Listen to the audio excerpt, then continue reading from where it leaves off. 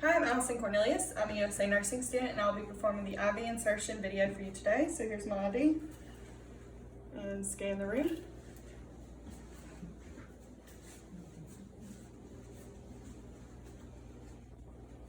So the first thing I'm going to do is verify my order and verify hospital policy. Then I'll gather all my equipment and perform hand hygiene. Then I'm going to identify my patient with two identifiers. So I have Jaguar J. Jones, date of birth 8/25/1963, MR number 4176352, and I see the allergies are penicillin. I'll also see that on the bracelet. So now I'm going to explain the procedure to my patient and provide privacy. Then I'm going to grab my trash can and position it and perform hand hygiene. Also want to note that I'm working below the waist. In a normal hospital setting, I'll be working above the waist level. So I'm going to put on my goggles and raise the bed, lower the side rails, make sure my patient is in supine position or sitting up. Then I'm going to open all my equipment.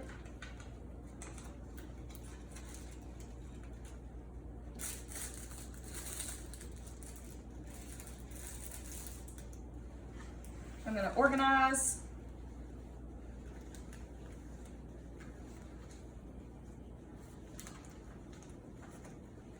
And I've already made my tape and I have that ready. So then I'm going to clean my injection cap. So I'm going to grab an alcohol swab.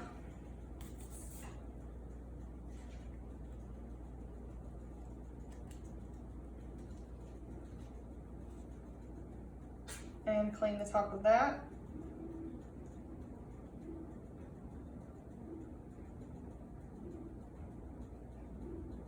I'm going to throw it away. I'm going to attach my syringe, taking it off, throw away the cap, attach the syringe. Then I'm going to prime my tubing. So I'm going to let some water drip out of here and make sure it's going through. Okay. Then I'm going to place it back into the container so it remains sterile. Then I'm going to open up my catheter.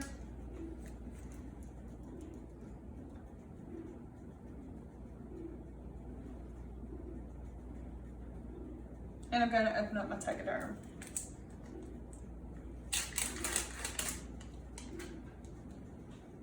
I'm going to keep that right there. So now that I've opened that, I can assess 3 principles on how I would choose the correct vein. So I would choose the most distal site, the non-dominant arm preferably, and a bouncy and large vein. Then I'm going to name 3 principles for how to foster venous distension. So I could have the patient squeeze, open and close their fist, put their arm in a dependent position, or slightly, softly stroke the vein. So now that I've done that, now that I've picked a vein, I can grab a waterproof drape, place it under my chosen arm. I'm going to grab a tourniquet and secure it 4 to 6 inches above my insertion site.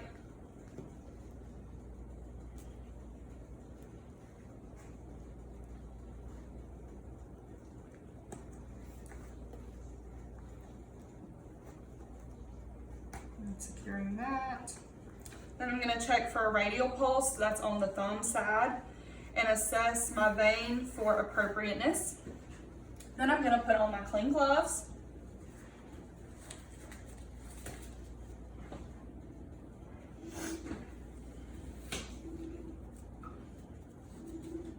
Okay, I'm going to move my saline lock closer so I can work easier. Then I'm going to grab my ChloraPrep. So a ChloraPrep swab did not come in my IV start kit. So I'm going to be using an alcohol prep, but I'm going to use it exactly as how I would normally use a ChloraPrep. So I'm going to open this up.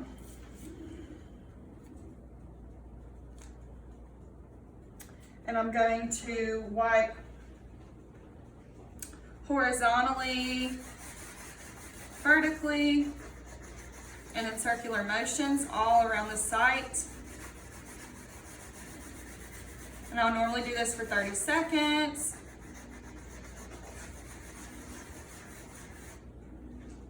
And I would let the skin completely dry before moving on.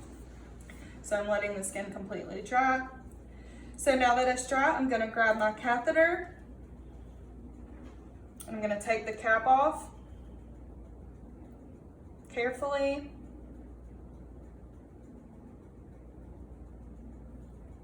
Take the cap off and place it in the sharps container.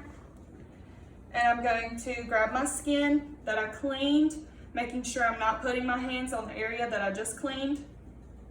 And then I'm stretching the skin. I'm gonna insert, bevel up at a 10 to 30 degree angle. I'm gonna tell my patient to remain still and that they'll feel a quick stick. So I'm gonna insert. Once I begin to see blood return, I can lower and insert another 1/4 inch. Then I'm gonna advance to the hub. I'm gonna stabilize with this hand, pop the tourniquet. Then I'm gonna stabilize with my pinky and hold while I take out the needle, place it directly into my sharps container. Then I'm gonna take my saline lock and I'm gonna open it and attach it, throw away the cap, secure it with some temporary tape, all while still stabilizing the catheter. Then I'm going to aspirate for blood return.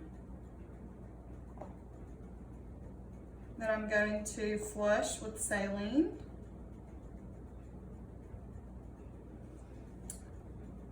Then I'm going to remove the syringe, put it in my sharps container. I'm gonna grab my Tegaderm and place it onto the insertion site.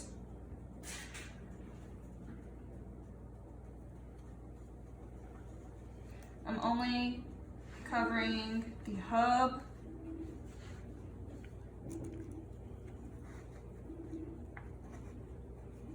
I'm making sure that's smooth. I'm gonna begin taking this off. And I'm following it to make sure that it is on there correctly. I'm gonna save this because I'm gonna make a label with it in a minute. Then I'm going to stabilize with another piece of tape. I'm gonna throw this piece of tape away so I can get it off my finger. And stabilize with this piece of tape.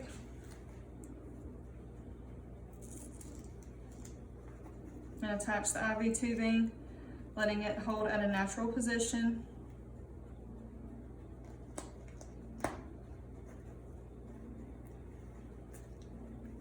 Okay, now that that's secure, I can begin getting rid of my supplies.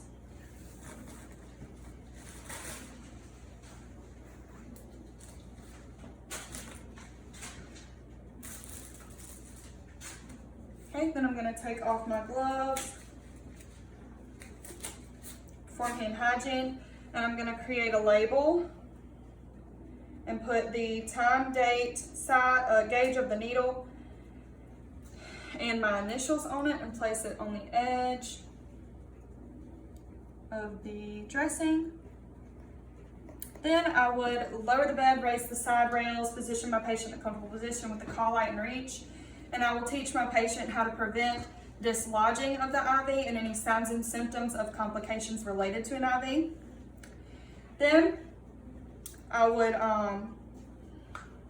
document the date, time, the location of the insertion, the amount of the number of attempts, the catheter gauge and length, how the patient tolerated the procedure, the presence of a saline lock and the flow rate of the saline lock. Then the method of infusions that were prescribed, the fluids that were prescribed, to the patient. So now that I've done that, I can demonstrate how to discontinue an IV.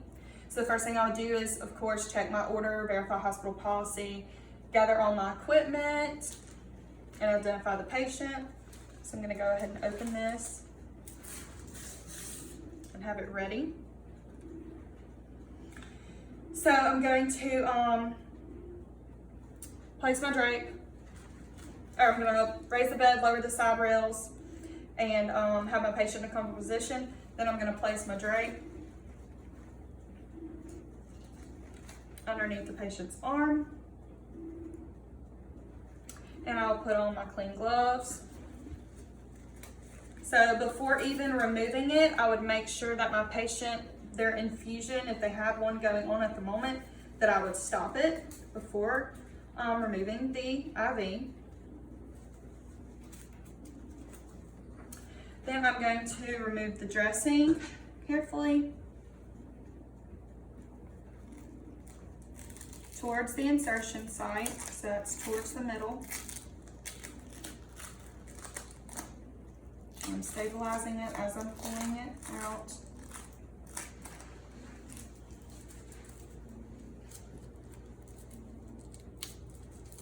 So I'm going to throw that away. Then I'm going to grab my sterile gauze out of the container.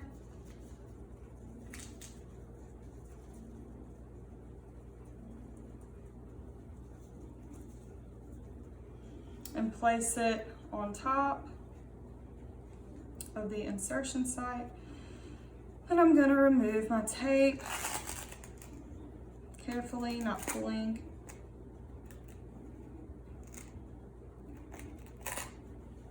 And discard. Then I'm going to remove gently and smoothly and steadily. And I'm going to assess my catheter for intactness and place it straight into my sharps container. Then I'm going to hold and apply general pressure. If my patient was on anticoagulant medication, I would hold this for 5 to 10 minutes. Then I would assess the skin for redness, pain, tenderness, swelling, bleeding, or drainage. Then I'm going to place the tape over the gauze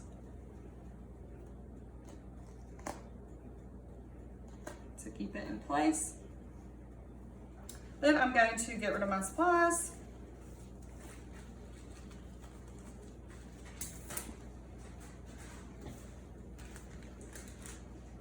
Take off my gloves. Perform hand hygiene.